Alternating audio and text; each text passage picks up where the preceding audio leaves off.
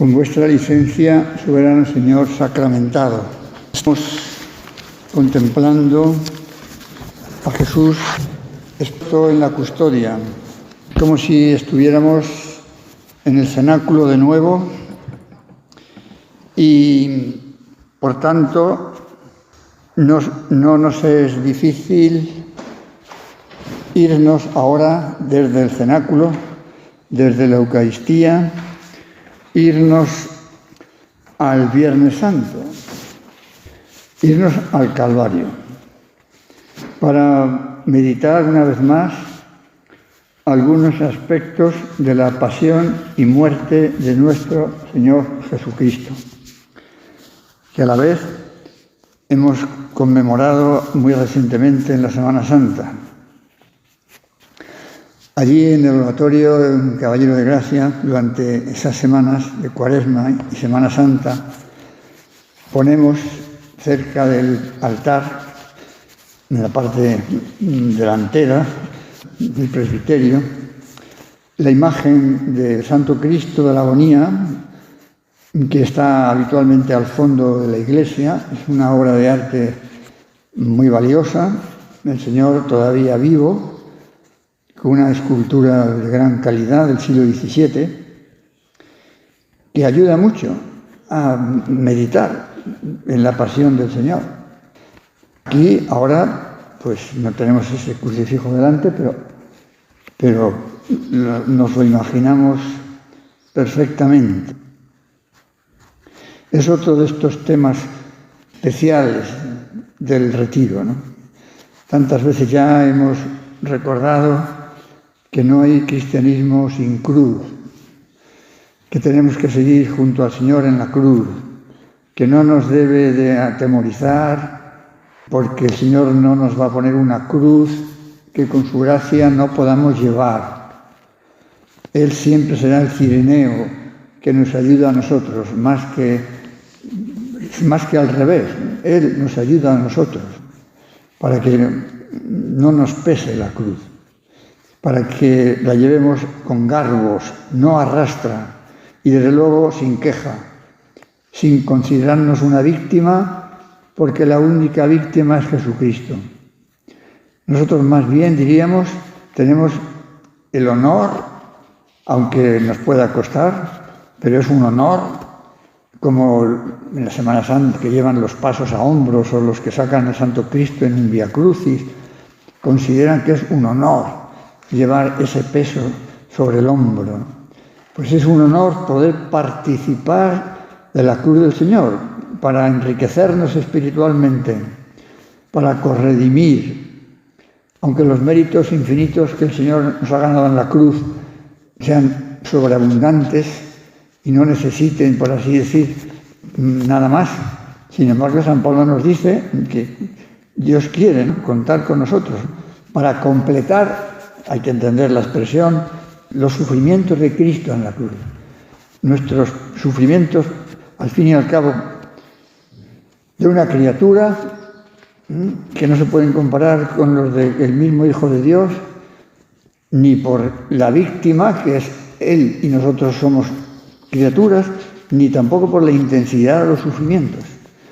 La pasión del Señor, como sabemos, quizá alguna cosa podamos recordar ahora, en cuanto a los dolores físicos, podían haber supuesto perfectamente la muerte de Cristo antes de llegar a la cruz, por esa flagelación brutal, más allá de lo que permitía la ley romana, esos 40 latigazos como tope, porque sabían que si no, la persona a la que le aplicaran ese castigo moriría en ese mismo instante, con esos látigos que en el caso del Señor utilizaron, como se puede ver, primero por estudios, digamos, de la época, y también incluso porque así se comprueba en la Sábana Santa, ¿no? Los 150 golpes, cada golpe eran varios, porque eran esos látigos con diversas ramas, con unas bolas de acero, de plomo en los extremos, que arrancaban prácticamente la piel en cada latigazo.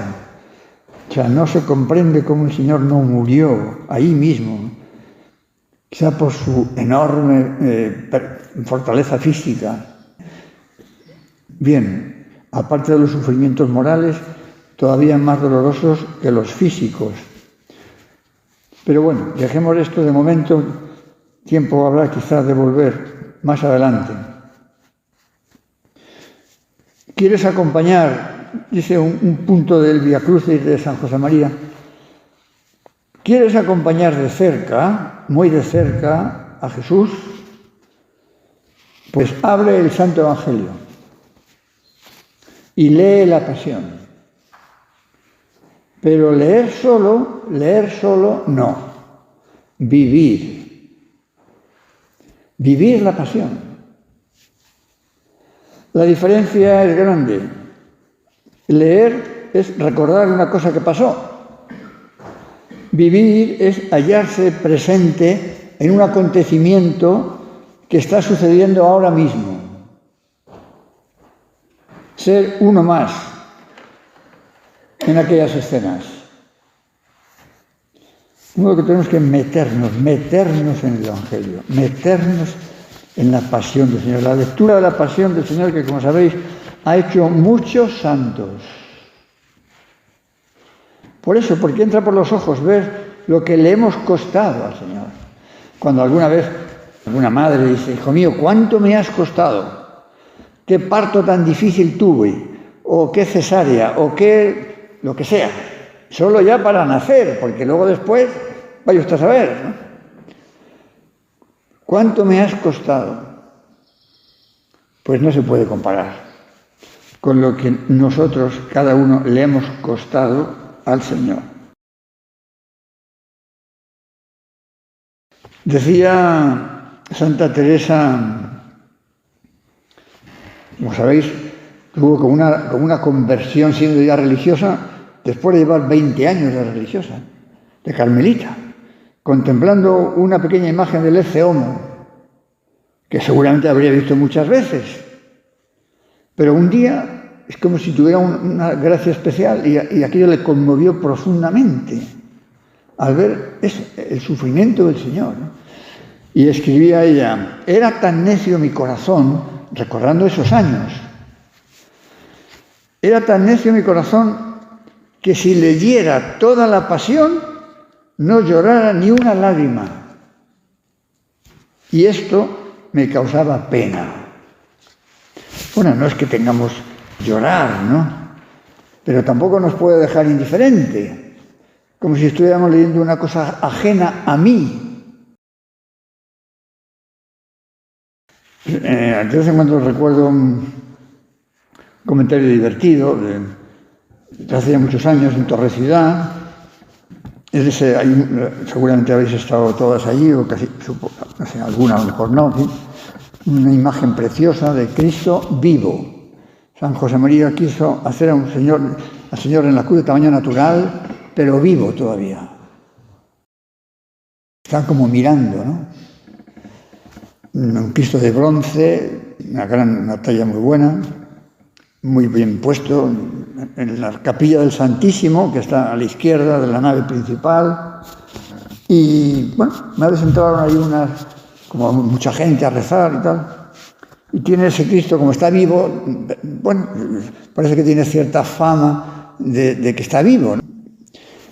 Y entraron unas religiosas a rezar, y una de ellas dijo, un poco así por lo bajo, pero se entendía lo que decía, mira, aquí está el Santo Cristo, que nos han dicho, Santo Cristo vivo, que nos han dicho que habla, porque parece que está hablando. Nos han dicho que habla. Y de otra dijo, pues, a ver qué nos dice. Y se pusieron de rodillas a rezar. A ver qué nos dice. Sí, seguro que nos dice cosas, seguro que nos dice cosas, seguro que nos dice cosas.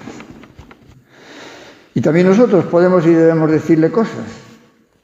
Volvimos de nuevo a una cita del cura de Ars, estas citas así que tienen como mucha fuerza, ¿no? El cura de Ars, que se pasaba 10 horas en el confesionario, o 12, y que esa fue su mayor penitencia durante años, durante muchos años, en un confesionario no precisamente muy cómodo. Bueno, y otras muchas cosas. Y por eso él escribía con experiencia decía, sufrir amando no es sufrir. Claro, entonces ahora, tantas situaciones de la vida en las que sufrimos, las madres por los hijos, o los padres, o lo que sea, ¿no? Pero cuando hay ese amor grande, ese sufrimiento es como si no fuera sufrimiento, no sé. Sufrir amando, cuando no se ama, entonces el sufrimiento es insufrible. Porque lo veo como algo ajeno a mí, algo que me están molestando, que me están ocasionando. Mientras que si es el amor, pues yo ese sufrimiento lo veo, del sufrimiento de ese hijo, lo veo como algo mío. De alguna manera lo acompaño y ya parece que sufrir amando no es sufrir. Huir de la cruz, ya no quiero sufrir, huyo de la cruz. Huyo de lo que me pueda producir sufrimiento. Si se puede evitar el sufrimiento, evítese. Y si no, se ofrece.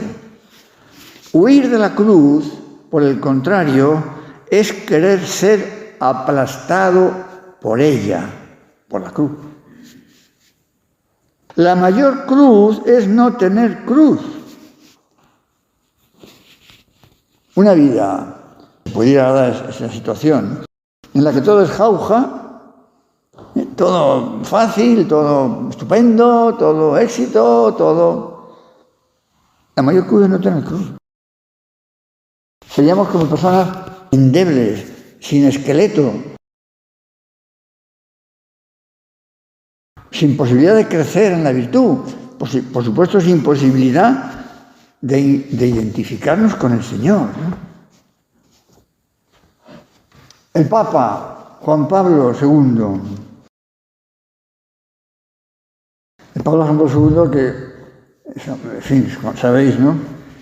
Ese atentado que recordábamos el otro día, del 13 de mayo de 81, que le pudo costar la vida. A eso podríamos añadir los sufrimientos de Juan Pablo II en su infancia, en su juventud, durante tantos años en Polonia, la invasión primero de los rusos, después de los nazis, o al revés, a mí no me acuerdo, ¿no? Y entonces el Papa escribió un documento llamado el dolor salvífico, Salvifici Doloris, un documento para leer con detenimiento sobre el sentido del sufrimiento, donde decía, entre otras cosas, el sufrimiento, más que cualquier otra cosa, el sufrimiento ofrecido a Dios, unido a Dios, claro. El sufrimiento, más que cualquier otra cosa, es el que abre el camino a la gracia que transforma las almas. Unido a Cristo. Por eso San José María decía, en la cruz serás Cristo. Añadía también, en aquellos años 70, en los que, pues hubo un poco de todo después del Concilio Vaticano II, y como ese deseo de hacer la vida fácil, pero de alguna manera como quitando la cruz del medio, de algún modo, ¿no? Y decía San José María, a algunos les sobran cruces, a mí me faltan Cristos. Me faltan Cristos. Hombres y mujeres que quieran llevar con garbo y sin quejas y sin mentalidad de víctima, que quieran llevar la cruz. En las cosas de cada día, no tenemos que pensar en situaciones, a veces habrá situaciones más duras, más difíciles, evidentemente, pero en el trabajo de cada día, bien hecho, en la sonrisa, en la amabilidad, en el cumplimiento de los deberes, en el espíritu de servicio, en aceptar las contrariedades, los imprevistos, la cruz de cada día. Ningún día sin cruz. Decía San José María una frase, una ejaculatoria que escribía en la agenda litúrgica, ¿no? Se dice en las misas de cada día, ¿verdad? Pues ahí escribía, muchos años escribía en latín, pero se entiende bien, ¿no? In letizia nulla dies sine cruce, con alegría ningún día sin cruz. Buen lema, ¿no? Con alegría ningún día sin cruz. Un día sin cruz es un día sin Dios. ¿Yo qué cruz he tenido hoy? Y no nos vamos a poner a inventar cruces. Pues que esperaba un desayuno opíparo y resulta que no me han sacado el jamón de York que me encanta. No sé si voy a poder aguantar este día. No se trata de eso. Pero vamos, sí las cosas normales y pequeñas, ¿no? Bueno, pues eso que os decía de Juan Pablo II, escribió en ese documento, mejor dicho, vamos a ver, no, en lo que os voy a leer ahora, pero bueno, lo que escribió el Papa después del atentado, no sé si lo tengo por aquí, pero vamos, si no lo tengo, me lo sé casi de memoria, ¿no? Pero porque lo he hecho muchas veces, ¿no? Bueno, venía a decir el Papa, la primera vez que escribe, después del atentado, fue en mayo. La primera comunicación escrita del Papa fue en octubre, o sea, no fue en ese documento salvífico, sino en esas primeras audiencias, que ni siquiera llegó a ser una audiencia, una pequeña comunicación escrita que se publicó en el Observatorio Romano. Entonces el Papa venía a decir que el Señor le había permitido con aquel atentado experimentar el dolor, el sufrimiento. Aquí lo tenía aquí escrito, ¿no? Dios me ha permitido experimentar durante los meses pasados el sufrimiento. Me ha permitido experimentar el peligro de perder la vida. Me ha permitido al mismo tiempo comprender claramente y hasta el fondo que esta ha sido una gracia especial suya, de Dios, una gracia especial suya para mí mismo. Una gracia, el atentado, que le puedo costar la vida. Una gracia especial para mí mismo como hombre y a la vez, como obispo de Roma y sucesor de Pedro, una gracia para la Iglesia. Me ha concedido la gracia de poder, mediante el sufrimiento y con el peligro de la vida y de la salud, dar testimonio de su verdad y de su amor.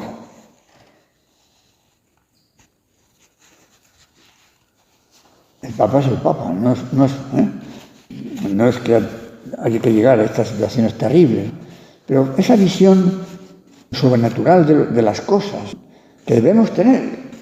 El Papa supo ver en ese atentado permitido por Dios, no querido, pero como respeta nuestra libertad, pues hasta el extremo de que le puedan matar al Papa. Esa tercera visión, el secreto, el tercer secreto de Fátima, que luego se conoció al cabo de los años, ese obispo vestido de blanco que sube por una montaña llena de cadáveres y que se dio a reconocer que era el Papa.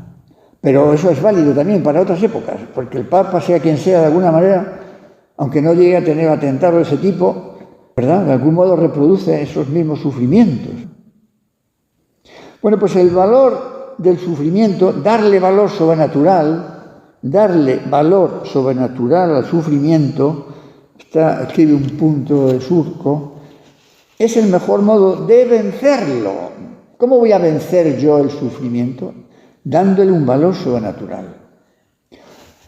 Lo que nos acaba de decir el Papa, considero que ha sido un favor especial para mí y para la Iglesia. El mejor modo de vencerlo, porque dice ese punto de surco, y esto es una idea cristiana impresionante, esta ha sido la gran revolución cristiana. ¿Cuál es? ¿Cuál es la gran revolución cristiana? Convertir el dolor en sufrimiento fecundo. Hacer de un mal un bien. hemos despojado al diablo de esa arma y con ella conquistamos la eternidad.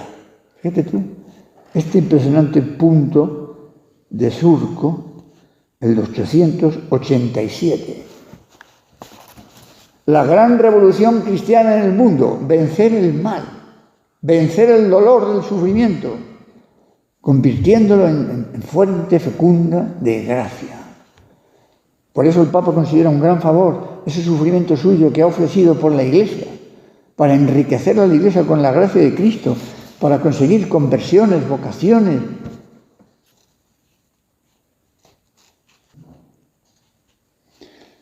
Hemos sido rescatados, dice el Catecismo de la Iglesia, de nuestros pecados, no con algo caduco, con oro o con plata, sino con la sangre preciosa de un cordero sin tacha y sin mancilla.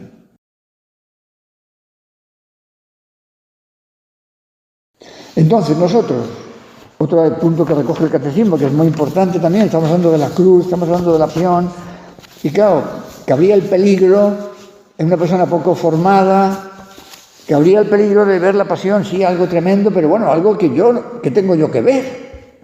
Yo no tengo nada que ver con aquel asunto. Pilato, Anás, Caifás, algún otro que estuviera por allí, pero yo, ¿qué tengo yo que ver con aquel asunto?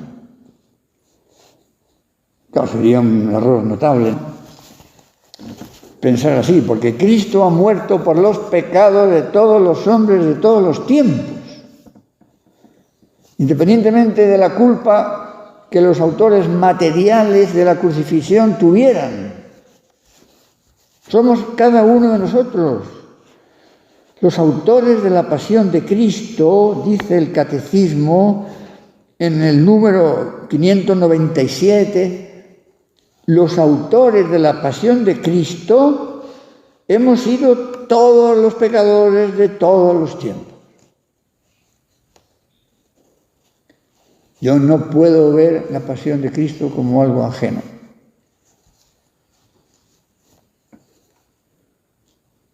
El contraste tremendo entre lo que Cristo quiere darnos, quiere traernos, y lo que nosotros hacemos con Él. Viene a salvarnos y le condenamos. Nos trae amor y le pagamos con odio.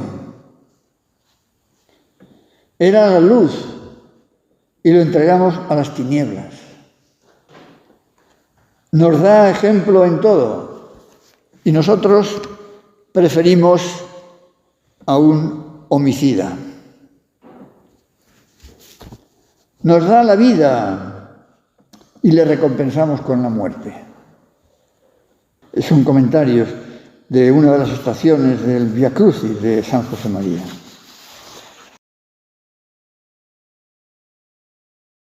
Pues, aunque no nos detengamos en tantísimos detalles de la pasión, del sufrimiento de Cristo desde la cabeza hasta los pies.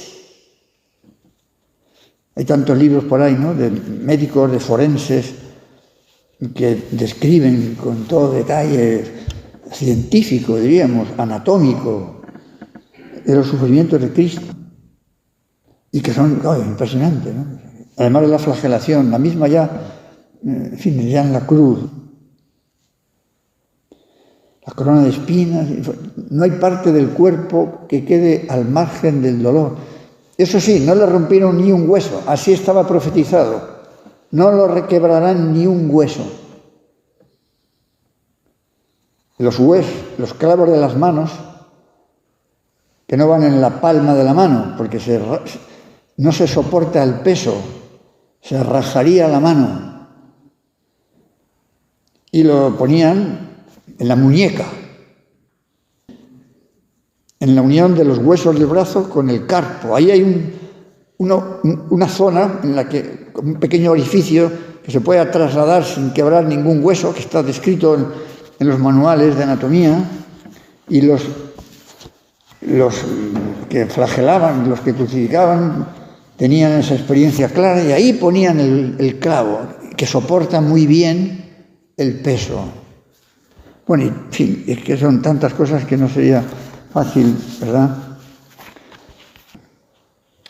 Y en cuanto a los sufrimientos morales, que quizá los pensamos menos, nos damos menos cuenta, porque los otros, los físicos, son más visibles, ¿no?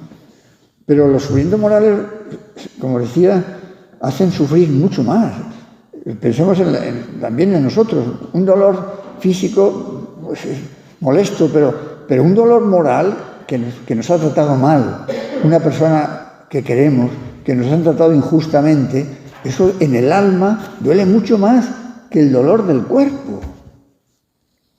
Pues Santo Tomás nos dice cómo, en cuanto a los sufrimientos morales, que el Señor padeció de todos, de los gentiles y de los judíos, de los hombres y de las mujeres, de los príncipes y de sus ministros, de la plebe, de los parientes, de los conocidos, de los amigos que le abandonaron. Padeció en la fama por las blasfemias. Lo único, como recordábamos esta mañana, que no permitió el Señor que mancharan su pureza inmaculada. Padeció en la fama por las blasfemias, en el honor y en la honra, por las irrisiones y las burlas. Padeció en los bienes, fue despojado de sus vestidos. Padeció en el alma por la tristeza y el tedio, además de en el cuerpo, por las heridas, los azotes. Y el sufrimiento de los más íntimos. Recordábamos también Judas, uno que había escogido el Señor y que es el que le va a entregar. Y hasta en el último momento todavía le da la oportunidad de que se arrepienta. Y en el huerto de los olivos, cuando Judas va a entregarle, el Señor le dice: Judas, amigo, ¿a qué vienes? Le llama amigo, no le llama traidor. Con un beso entregas al Hijo del Hombre. El Señor sabe perfectamente a lo que viene, como para que no se llame engaños.